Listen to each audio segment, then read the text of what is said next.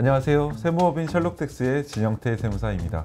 오늘은 과거부터 현재까지 그리고 이제 미래에서도 계속 꾸준히 유행할 스테디셀러이자 국세청의 무적의 논리인 실질과세 원칙에 대해서 설명을 드리려고 합니다. 국세기본법 제14조이고요. 실질과세 원칙에 대해서 간단히 좀 읽어볼게요. 1항에 보면 과세의 대상이 되는 소득, 수익, 재산, 행위 또는 거래의 귀속이 명의일 뿐이고, 여기서 명의일 뿐이고 라는 이제 표현을 쓰고요. 사실상 귀속되는 자, 사실상 실제 귀속되는 자를 이제 표현을 하거든요. 따로 있을 때에는 사실상 귀속되는 자를 납세 의무자로 하여 세법을 적용한다. 2항에 보면 세법 중 과표의 계산에 관한 규정은 소득, 수익, 재산, 행위 또는 거래의 명칭이나 형식과 관계없이 그 실질 내용에 따라 적용한다. 3항이 또 굉장히 좀 많이 유행을 하는데, 제3자를 통한 간접적인 방법이나 아니면 이제 둘 이상의 행위 또는 거래를 거치는 방법으로 이 법 또는 세법의 혜택을, 여기서 표현이 조금 굉장히 중요한데, 부당하게 받기 위한 것으로 인정되는 경우에는 그 경제적 실질 내용에 따라 당사자가 직접 제3자를 통해서 간접적으로 한 거를 이제 제외하고 직접 거래를 한 것으로 이제 보거나 아니면 연속된 하나의 거래를 한 것으로 보아 이 법 또는 세법을 적용한다, 이렇게 나와 있는데요. 최근에 그 유현석 씨나 아니면 이제 이한희 씨 관련된 실질과세 원칙을 이제 문제 삼아서 과세관청이 연예인들 대상으로 이제 조사를 가장 대표적으로 이제 2건이 있었는데, 이거에 대해서 또 간단히 설명드리도록 하겠습니다.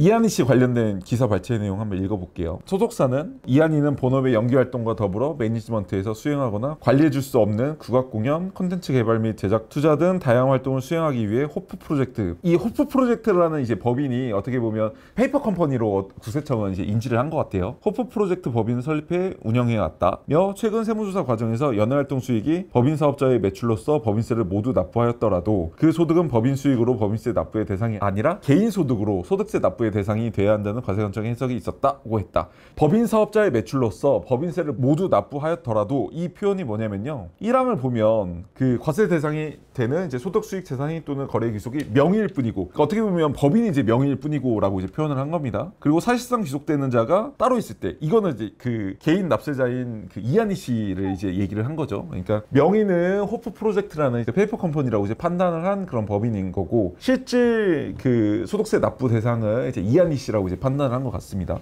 왜 국세청은 왜 이렇게 해석을 했느냐? 그러니까 법인의 최대 실효세율은 이제 20.9%이고요. 개인의 최대 실효세율은 이제 지방세까지 더하면 49.5%다 보니까 거의 30% 가까이 차이가 나다 보니까 국세청 입장에서는 이제 어떻게 보면 이게 법인을 부인하고 개인으로 이제 세금을 부과하게 되면 아무래도 30% 가까이 되는 이제 세금을 더 추징을 할 수 있다 보니까 국세청에서는 이렇게 좀 판단을 한 것 같아요. 근데 제 생각은 사실 조금 다르긴 합니다. 여기서 관련된 판례들을 조금 더 해석을 해드리면, 그 대법원 2001년도 8월 21일 날 선고된 판례고요. 2002 963 판결문인데요. 납세 의무자는 경제활동을 할 때 동일한 경제적 목적을 달성하기 위해 여러 가지의 법률 관계 중, 여기서 여러 가지의 법률 관계 중이라고 표현을 하면 법인을 선택을 하든 개인을 선택을 하든 하나를 선택할 수 있고, 과세관청으로서는 특별한 사정이 없는 한 당사자들이 선택한 법률 관계를 존중하여야 한다, 이렇게 이제 대법원 문구에 이제 써 있는데요.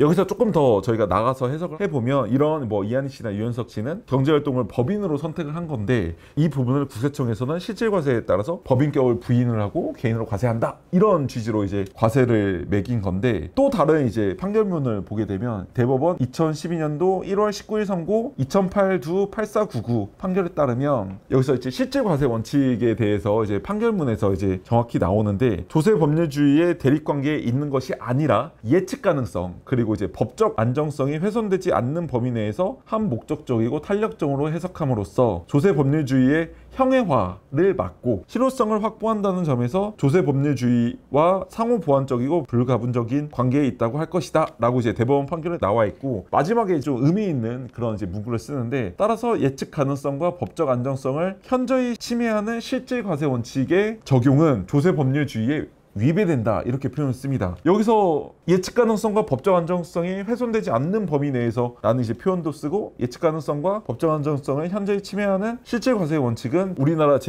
그 조세법의 제1의 원칙인 조세 법률주의에 위배된다라고 이렇게 쓰거든요. 여기서 그러면 예측 가능성과 법적 안정성에 대해서 또 이제 연계해서 설명을 드리면, 이한희 씨나 뭐 유현석 씨 같은 경우에는 개인 사업자로 하지 않고 법인사업자로 경제활동을 선택한 걸로 볼 수 있다라고 제가 아까 설명을 드렸죠. 그러면 아마 이제 물적시설이라고 이제 보통 이제 법정 용어를 쓰는데 그 인적시설과 이제 물적시설이라는 표현을 쓰거든요. 물적시설은 사업장을 자택으로 아마 했을 걸로 저는 예상을 합니다. 그리고 인적시설인 직원들 같은 경우에는 굉장히 소수로 뒀거나 아니면 이제 가족들을 직원들로 이제 뒀을 가능성이 있는데, 이걸 사유로 인해서 뭐 이런 이한희 씨나 유현석 씨가 법인사업자가 아닌 개인사업자로 과세관청에 자의에 따라서 법인세로 이제 과세할 것인가 아니면 소득세로 과세할 것인가의 여부가 달라지면 저희 이제 소견 같은 경우에는 조세 법률 관계의 법적 안정성을 해칠 우려가 굉장히 크다라고 저는 판단을 하거든요. 그렇게 되면 그로 인해서 그 납세 의무자의 예측 가능성을 심대하게 침해하는 결과로 이어질 수 있다라고 이제 생각이 듭니다.